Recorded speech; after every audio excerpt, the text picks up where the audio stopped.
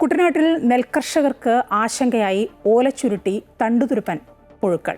രണ്ടാം കൃഷി ഇറക്കിയ പാടശേഖരങ്ങളിൽ പുഴുക്കളുടെ സാന്നിധ്യം വ്യാപകമായതോടെ രണ്ടാം കൃഷിയും നഷ്ടത്തിലേക്ക് നീങ്ങുമെന്ന ആശങ്കയിലാണ് നെൽകർഷകർ. അതേസമയം ആശങ്ക വേണ്ടെന്നും ജാഗ്രതാ നിർദ്ദേശങ്ങൾ കൃത്യമായി പാലിക്കണമെന്നും സംസ്ഥാന കീട നിരീക്ഷണ കേന്ദ്രം മുന്നറിയിപ്പ് നൽകി. ഓലചുരുട്ടിപ്പുഴു അഥവാ ഇലചുരുട്ടിപ്പുഴു, തണ്ടുതുരപ്പൻ എന്നിവയുടെ ആക്രമണമാണ് ഇപ്പോൾ കർഷകരെ ആശങ്കയിലാക്കുന്നത്. വയലുകളെ പാടെ നശിപ്പിച്ചാണ് ഇവയുടെ വിളയാട്ടം. വിതച്ച് 20 ദിവസം മുതൽ 90 ദിവസം വരെ പ്രായമായ ചെടികളിലാണ് കീടസാന്നിധ്യം ശ്രദ്ധയിൽപ്പെട്ടിരിക്കുന്നത്. ഇതോടെ രണ്ടാം കൃഷിയും നഷ്ടത്തിലാകുമോ എന്ന ഭീതിയിലാണ് കുട്ടനാട്ടിലെ നെൽകർഷകർ.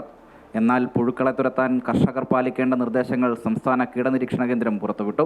ഒരു 45 ദിവസം വരെയാണെങ്കിൽ നമ്മൾ വളമിടുന്നതിൻ്റെ കൂട്ടത്തിൽ തരി രൂപത്തിലുള്ള കീടനാശിനികൾ രാസവളത്തോടൊപ്പമോ അല്ലെങ്കിൽ ജൈവവളത്തോടൊപ്പമോ കൂട്ടിക്കലർത്തി മണ്ണിൽ ഇട്ട് കൊടുക്കാം. അപ്പോൾ മണ്ണിൽ ഒരു മിനുക്ക് പരുവത്തിൽ വെള്ളം നിർബന്ധമായിട്ടുണ്ടായിരിക്കണം.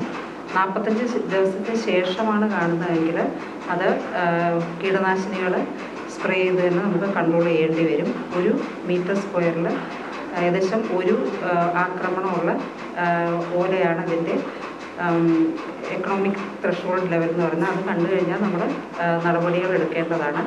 അതുപോലെ തന്നെ കൊതുമ്പോലയിൽ ബാധിച്ചു കഴിഞ്ഞാലും അതിവേഗം തന്നെ നമ്മൾ നിയന്ത്രണ മാർഗ്ഗങ്ങൾ അവലംബിക്കേണ്ടതാണ്. ഞാറിൻ്റെ ഇലയിൽ കിടന്നുകൂടി അതിൻ്റെ ഹരിതകം തിന്നു നശിപ്പിക്കുന്നതാണ് ഇലചുരുട്ടിപ്പുഴുവിൻ്റെ രീതി. ഞാറിൻ്റെ തണ്ടിലാണ് തണ്ടുതുരപ്പൻ പുഴുവിൻ്റെ ആക്രമണം.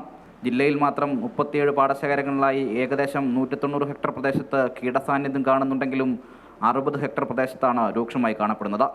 ഇവയുടെ വർദ്ധിച്ച വ്യാപനശേഷിയാണ് മറ്റൊരാശങ്ക. എന്നാൽ ആശങ്കകളെ അകറ്റി നിർത്തി കീടനിരീക്ഷണ കേന്ദ്രം നൽകിയ മുന്നറിയിപ്പുകൾ പാലിച്ച് കൃത്യമായ സംരക്ഷണം ഉറപ്പാക്കി ഇവയെ പ്രതിരോധിക്കുക എന്നതാണ് ഇനി കർഷകർക്ക് മുൻപിലുള്ള ഏക മാർഗം. അമൃത ന്യൂസ്, ആലപ്പുഴ.